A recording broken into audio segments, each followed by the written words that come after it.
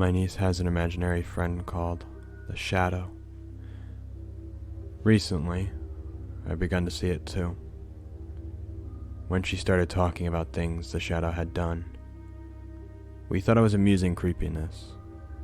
Normal little kid imagery friend things, right? I didn't break the cup. The Shadow did it. Or she'd say something that was weird and then say, "The Shadow told me to say that." Or, "The Shadow made me do it." It was little things at first. Coloring on the wall, dropping a cup. No one else saw anything. Only ever my niece Abby. That is, until a few months ago. After my dog Ridge died a couple months ago, I was in a pretty bad state of mind. I had a very special bond with this dog. He was my baby, and I was his.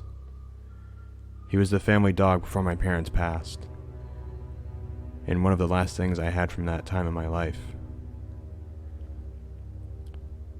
I don't know if it was just that Ridge's presence stopped the Shadow from showing itself to others, but after he was gone, that's when things truly escalated. The first time I noticed it, I had left my niece in her bedroom to sleep. When I turned to flip the hall light switch off, I saw a movement out of the corner of my eye. I swung my head towards my niece's bedroom door. I could have sworn that I saw something move in the doorway. When I checked, there was nothing there. It was like that for about a week or two. Seeing something move from the corner of my eye when nothing was there. Then for a few weeks after that, I would see a human-shaped figure pass by doors after I left a room or down the hall. Always around my niece. The next change also happened one night when I put my niece to bed. Again, standing before the light switch, I saw movement. When I turned it, it was standing there, in the doorway. This tall, man-shaped entity.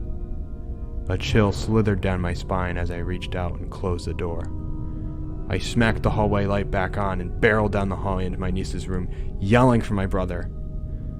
As I burst into the room, I flipped the light switch to see nothing. My niece was sitting up in her bed, rubbing her eyes, groggily asking me what was wrong. My brother and his wife erupted into the room. I swear there was a man in here, Jack," I said, peeking behind the door, under the bed, in the closet. "There's no one here, Tori. Maybe you should get some sleep. I know how tired you are right now." Jack ushered me out of the bedroom. That night, I had several dreams. A girl fighting to keep control of her body and losing it. A boy running from his own monsters. Another boy fighting the feeling of something not quite right inside himself. I dreamt of my own fall. Of the day the Shadow invades my body. It was only a kiss.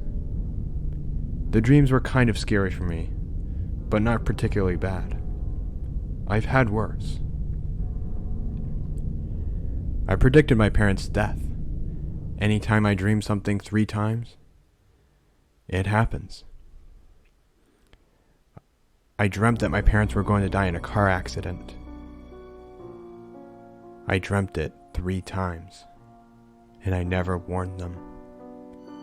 I didn't believe in my dreams at that time, even though I had seen these predictions come true many times already. Now I do, though. Now I know the power of dreams. Just because I knew what was likely to happen didn't make the situation any less scary for me. After seeing it in the doorway, I began to see it in other doorways. In particular, standing just outside my own bedroom door as I drifted to sleep. I wasn't sure exactly when things were going to escalate further, or how far they were going to go, but I knew that it was coming. I already knew in the intended endgame. Knowing what's coming, knowing the endgame, that didn't make it any easier when I began to see the shadow, up close and personal. The first time I saw it was in the kitchen, making breakfast for my family. It was super early, still dark out. My brother and his wife were going to take Abby for family photos to put on the Christmas cards this year. I had volunteered to get up early and feed everybody since I was going to be home alone all day, and avoided being part of the family photos since Mom and Dad passed. Abby was seated at the table behind me with a glass of milk, giggling and talking to herself, the normal. "Just push it off the table. She won't know." The soft whisper was definitely not Abby. It was male and sounded like an adult. A chill ran down my spine, and when I turned from the stove, I saw it. This extremely tall, human-shaped thing crouched beside the table. It wore a black robe and it had extremely pale skin. Its limbs seemed almost too slender and too long. Its fingers had 2 extra digits. And as I watched, it reached out with one hand, took Abby's, cupped it around the glass, and pushed her hand into the glass until it fell to the floor. It chuckled and turned its face towards me. High cheekbones that just seemed too far apart for a human of that size. And then the chin appeared inhumanly thin and pointy. Before I averted my gaze, I saw its pupils, vertical red slits set within much too wide, entirely black eyes. Its mouth was just a bit too long. Lips extremely thin, split in a wide, unhinged smile. I gasped, "Abby!" as I set a plate of pancakes in front of her. My skin crawled with the need to remove this thing's hand from my innocent niece. But I knew that I couldn't let on that. I couldn't see it. So, I cleaned up the spilt milk and did my best not to look like I wanted to cry about it. You have to be more careful, kiddo. After I saw it the first time, I began to see it at least once a day. I'm not sure if I saw it when it let me, or if it was just that moment when it was weakest. I only ever seemed to see more than the shadow in the early hours of the morning or around dusk. None of the other adults reacted to its presence. So I did my best to not draw any attention to myself whenever I saw it. It was so hard to not acknowledge it, to scream at it for touching my niece. This went on for weeks. Soon a month had passed seeing it in my peripheral vision, or standing in a doorway manipulating Abby's limbs into doing something naughty. Finally, one night, I knew that this was the night that it would be making its move. As I lie in bed, I watched it in my bedroom doorway. I listened quietly to the sound of its breathing. "I know you there," I whispered softly. Its head instantly tilted to the side, further than a normal person would. It glided into the room, slowly closing the door behind it and plunging us into darkness. All but the red eyes, now glowing in the darkness as it approached. "Why are you here? What do you want?" "I think you know, little oracle," it whispered back.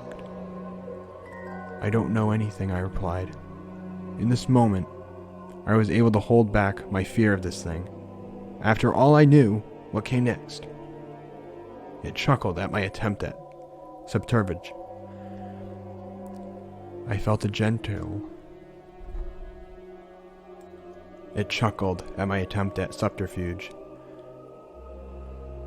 I felt the gentle finger claw tip trace the scars on my left wrist. I jerked at the sudden touch, especially with how close my arm had been to my face. "Oh, but you do. If you just let me in, I can take away all the pain, all of the fear, resentment, guilt. I can make it all go away. You won't ever have to worry about your dreams coming true again. It sighed when I remained silent for a bit. I felt its hand brush over my face, closing my eyes. Let me make this more pleasant for you. I shoved its hand away from my face and sat up sharply, looking around my fully lit room. I did not see it here with me.